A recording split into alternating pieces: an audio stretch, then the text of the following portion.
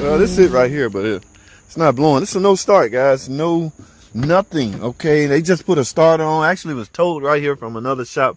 I'm not even getting power. Let me see why it was told here. I don't know if another shop did it or, well, mechanic. It's gonna be hard to do these on the ground at home, simply because that starter is located under that cat converter. All right, so wow, 2.4 volts from this battery. So I'm gonna jump this off. Remember, guys, what I just said earlier. Supposedly, you can't see the starter is down there. Supposedly, the starter is being replaced. Still no crank. So let me crank this baby up, and let's go see what we got.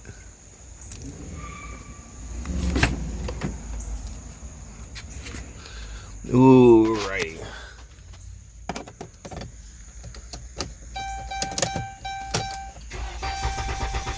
Uh-oh. Spinning over. Y'all hear that? So let me get this straight. They put a starter on it because it won't start, not because it won't crank. That's a totally different complaint, guys. Now, again, I don't know if a shop did this. It was told in. You see? I don't know if a shop did this or a customer. I don't think a customer can do that. Guys, this starter is under the cat converter. This is bank 2. The starter is right there in that area. So I don't think a customer gonna do that at home. So a shop must have done it. And if the shame on the shop that replaced the starter because the thing won't start, not because it won't crank. I can see a complaint such as click, click, no crank. Those are two different complaints. A no start and a no crank complaint are two different things. So shame on that shop if they replaced that for that. Now, I have complete history knowledge on this car as to why it would do that. What I'm going to do is go get me a jumper wire, guys. I'm suspecting no fuel pressure. Now, I can go get me some fuel, a can of starter fluid or something, and spray in there and simulate. See if that will simulate that fuel presence. Okay, just say the fuel pump not running. You spray inside the intake and it runs. Yeah, you can assume you're not getting fuel pressure. I'm not saying you can assume the fuel pump is bad. I'm just saying you can assume the pump is not running. All right, but I'm going to go a different route. I'm going to jumper the fuse that goes to the fuel pump and see if it activates. Okay, if it do, we talking Tipm. We talking a whole nother monster at that point. Let me go get a jumper wire, guys. Hold tight. Alrighty, guys, I'm back. Well, I went and got me a jumper wire. This is what I'm about to do, guys. The thinking behind this is I'm suspected, like I said, I could have easily just sprayed some stuff in there. I don't know, I probably should do that for video's sake. Spray down the throttle body, some type of fuel. It can be starter fluid, anything, and try to start it. If it start, that lets you know you're not getting any fuel pressure. All right, I've already explained that, but I want to go this route because this is what I suspect wrong with the car.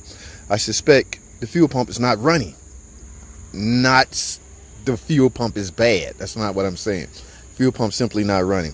So what I'm gonna do is go directly to the fuse that feed the fuel pump.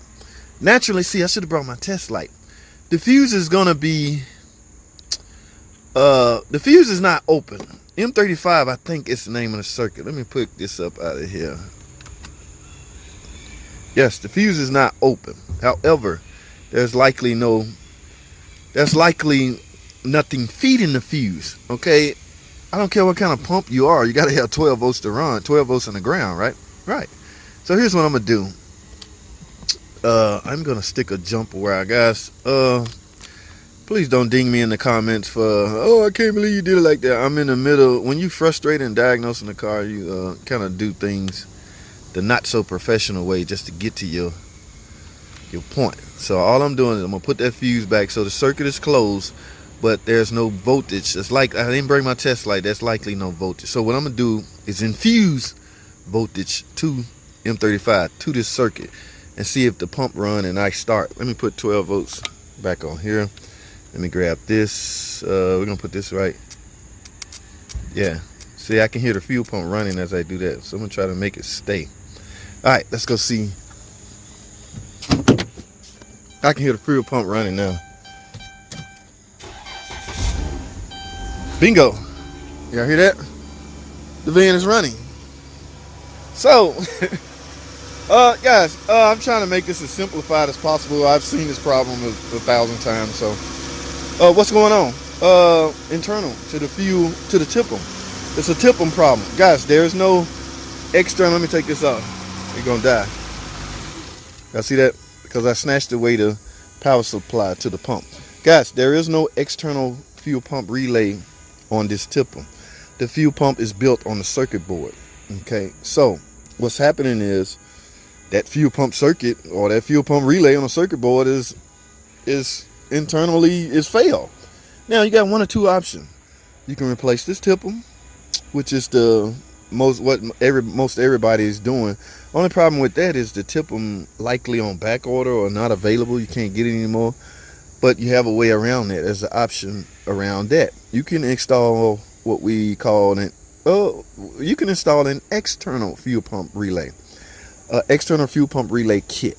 All right, so that is what I'm going to recommend. First, I'm going to see is a Tipm available. If not, that doesn't mean it's the end of the world for your car. Can you get a used Tipm? Sure, but you know you have to be some.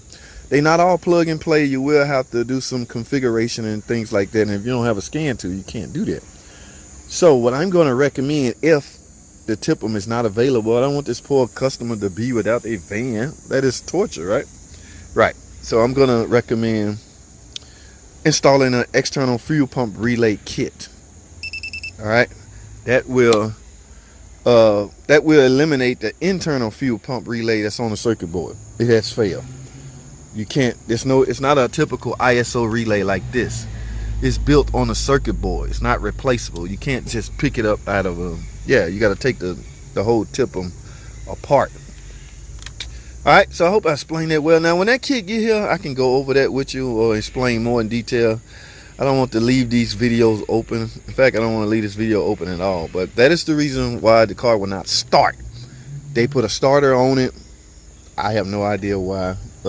Parts cannon, y'all know the drill, how we like to dog them out. But it's not funny it's not funny because somebody's money was wasted.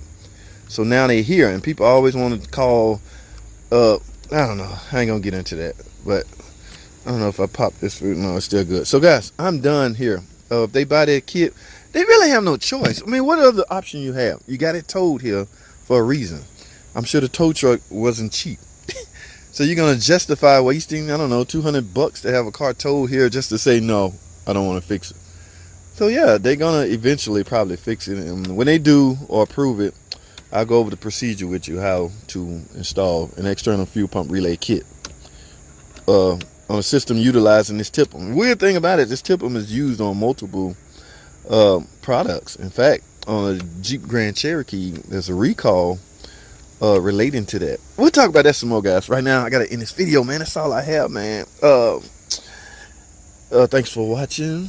Comment, subscribe, and I'll see y'all in the next video. What am I gonna do about this? I gotta go. I'll figure it out. Thanks for watching. Comment, subscribe. See y'all in the next video.